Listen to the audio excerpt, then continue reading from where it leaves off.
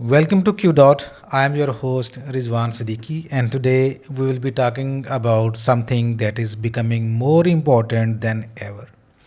ISO 14001:2015, the Environmental Management System. I know standards and certifications might sound like a dry topic, but trust me, this one matters a lot. These days, businesses are under more pressure to follow environmental rules. If they don't, they face big fines, damaged reputations, and even the risk of being shut down. If you are running a factory, a construction business, a logistic company, or anything in between, this episode is for you. If you find this podcast useful, please like, subscribe, and share it with others who might benefit. Your support help us bring more valuable content to you. Now, what is environmental management system?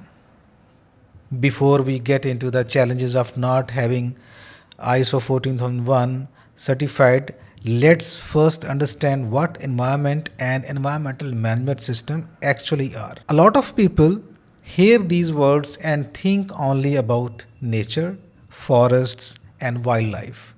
But in reality, when we talk about the environment in a business sense, it includes everything around us: air, water, land, natural resources, and even the people affected by business operations. So, first of all, what is the environment?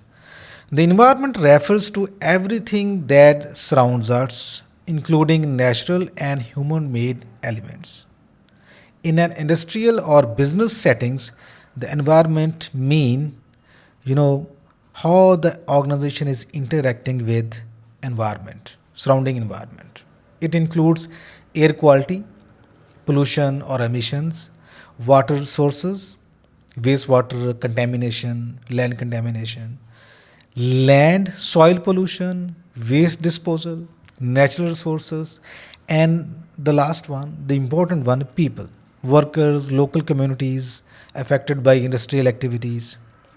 For example, if a factory releases untreated wastewater into a nearby canal, it affects marine life.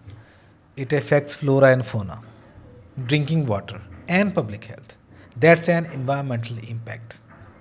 So, when we say protecting the environment, we mean reducing harmful impact on all these elements. So, now what is an environmental management system?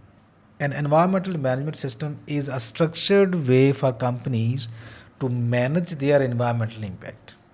It helps businesses to reduce waste and pollution, use energy and resources efficiently and effectively, and follow environmental laws and regulations, and finally improve their overall sustainability.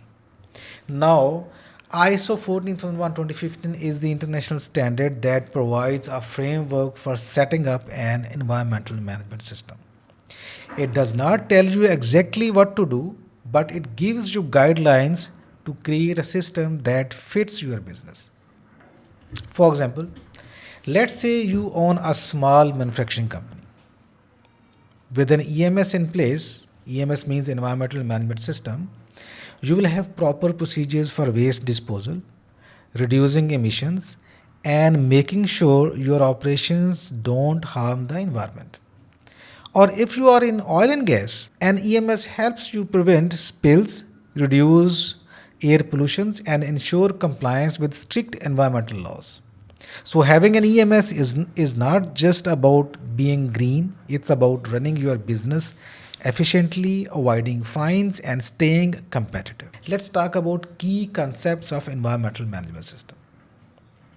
Every EMS, including ISO 14001, is built on a few important principles that help businesses manage their environmental impact effectively.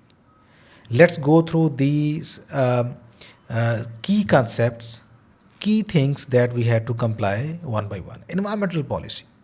Every business that follows ISO 14001 need to have a clear environmental policy. Think of it as your company's commitment statement. It explains how your business will reduce pollution, save resources, and follow environmental laws. For example, a plastic packaging company committed to reduce waste by 20% by switching to biodegradable materials. That's part of their EMS policy. Similarly, second, identifying environmental aspects and impacts. This means looking at your business activities and asking, how do we affect the environment? Where are we creating waste or pollution? For example, in the oil and gas sector, a refinery needs to track carbon emissions, their carbon footprint, water use, and chemical waste. A small furniture workshop might need to focus on wood waste, dust, and energy consumption. Every business has a different impact. So, identifying these areas is the first step to improvement. And then, legal and regulatory compliance. One of the most important aspects of ISO 14001 is complying with environmental laws. In the UAE and GCC, specifically in UAE, there are very strict regulations for waste disposal, emissions, and water usage. If a company doesn't follow these rules, it could face huge fines or even shutdowns. And perhaps, as a matter of fact, now this climate change is a part of almost all the procedures in recent revisions of standards. So, this is not a choice now, we had to comply it. Now, let me give you another example. A Dubai based construction firm was fined for not managing dust control properly, affecting air quality in a residential area. If they had a proper EMS, they could have avoided the penalty. Then it comes setting environmental objectives and targets. An EMS helps companies set realistic environmental goals. These could be like reducing electricity consumption by 15%, cutting down industrial waste by half, improving waste, improving water recycling systems. For example, a food processing company set a goal to reduce water waste by 30% by installing efficient filtration systems. These goals help businesses improve step by step. And then operational control and risk management. This is about putting procedures in place to control risks. Let's say a chemical company uh, stores hazardous materials. Their EMS should include safety procedures, spill prevention measures, and emergency response plans. Even a small laundry service, can use an EMS to ensure proper disposal of detergents and minimize water waste. It's all about keeping operations under control. Then it comes employee awareness and training. An EMS is not just for managers, it's for everyone. And importantly, it's for the shop floor level. It needs to be followed by everyone. Employees need training on how to handle waste, save energy, and follow environmental procedures. Let me give you another example. A hotel chain trained its housekeeping staff to reduce water waste by using eco friendly cleaning methods.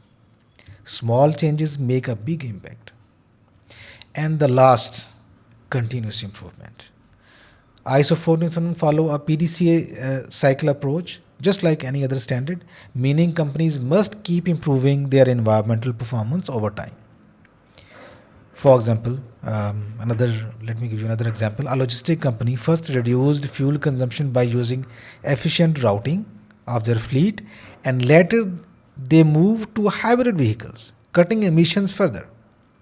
Environmental management is a continuous process. It's not just about getting certified once and forgetting about it. Key documents of environmental management systems are environmental policy, identifying environmental aspects and impacts, and compliance with legal laws, setting of objectives and targets, the operational controls, awareness of your staff on using environmental management system effectively and efficiently, and then continually improving your system.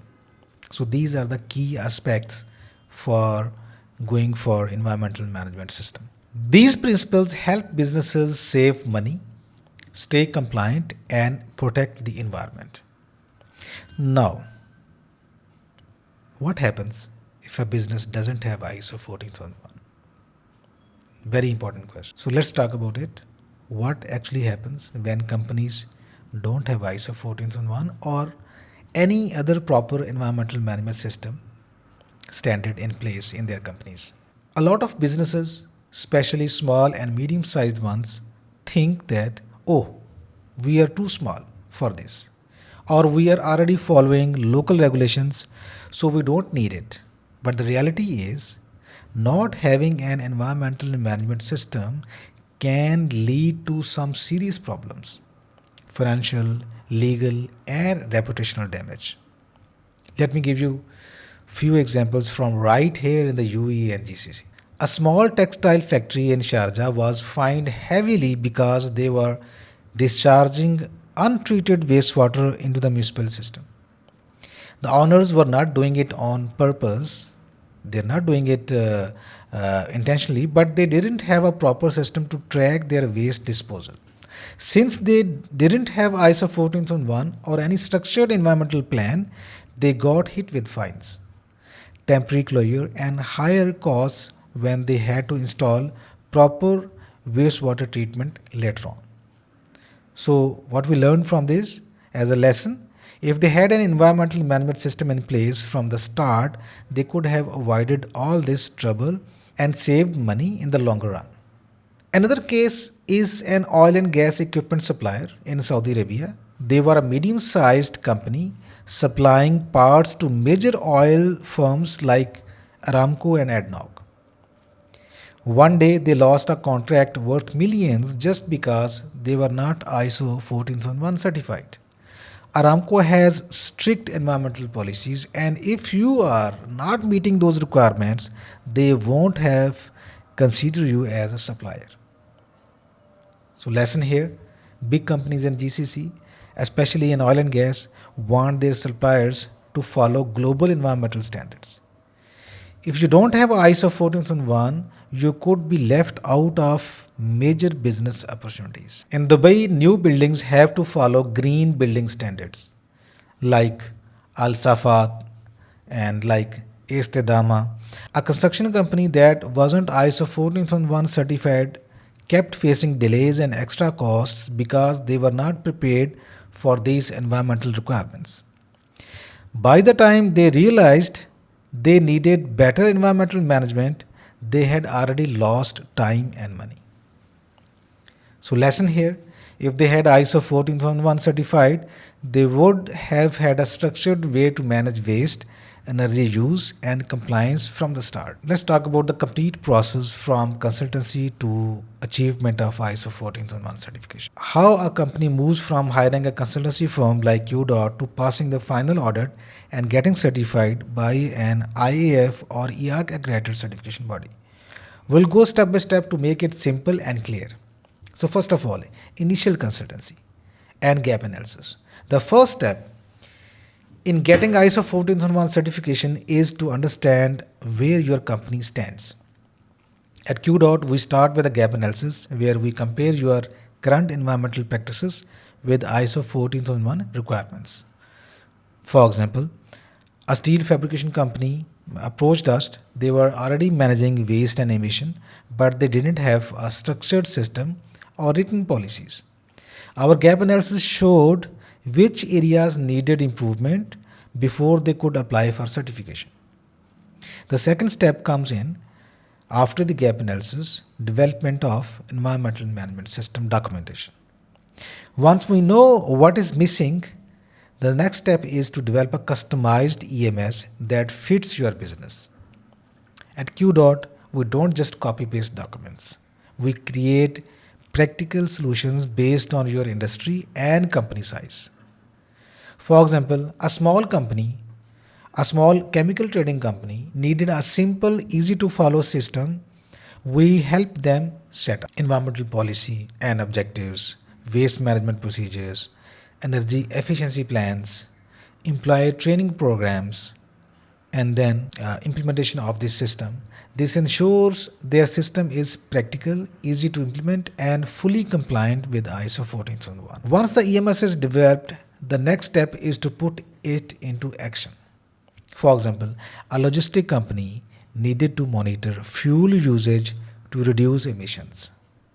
We helped them by implementing a tracking system for fuel consumption, train their drivers on fuel efficient driving techniques, start regular environmental performance reviews after implementation.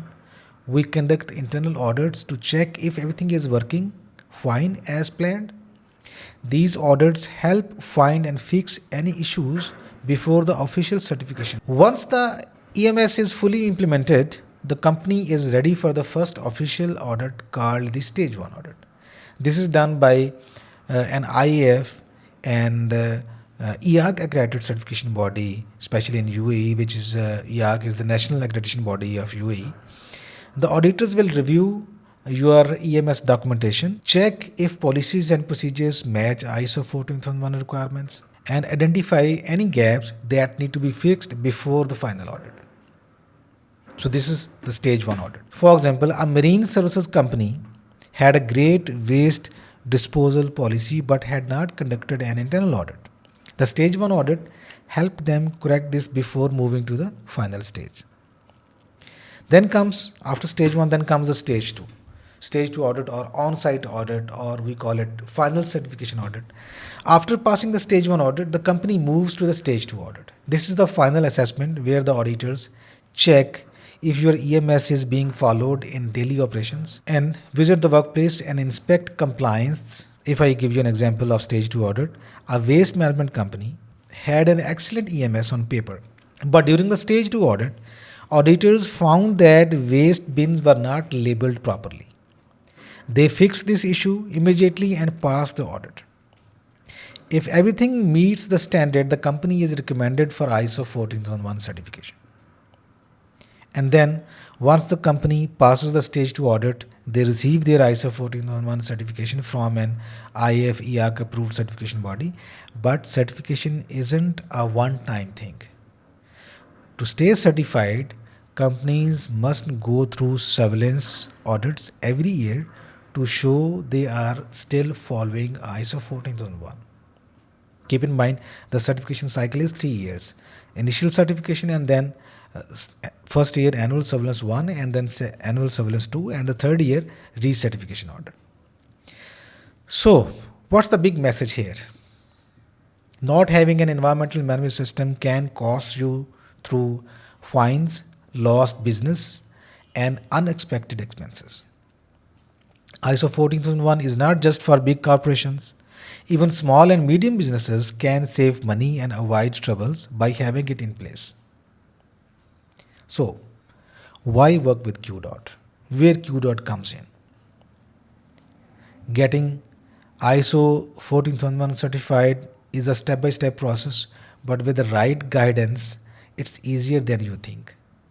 At Qdot, we help businesses across the UAE and GCC navigate this process smoothly from the initial gap analysis to successful certification. If your company wants to stay compliant with country's applicable environmental laws, reduce costs through better waste and energy management, and win contracts with big clients who demand ISO 14001, get in touch with us at Qdot. We will guide you through the entire process and help you achieve certification with confidence. If you found this podcast useful, please take a moment to like, subscribe, and share it with your colleagues. It helps us reach more businesses that can benefit from ISO standards. Thanks for listening. Until next time, stay tuned.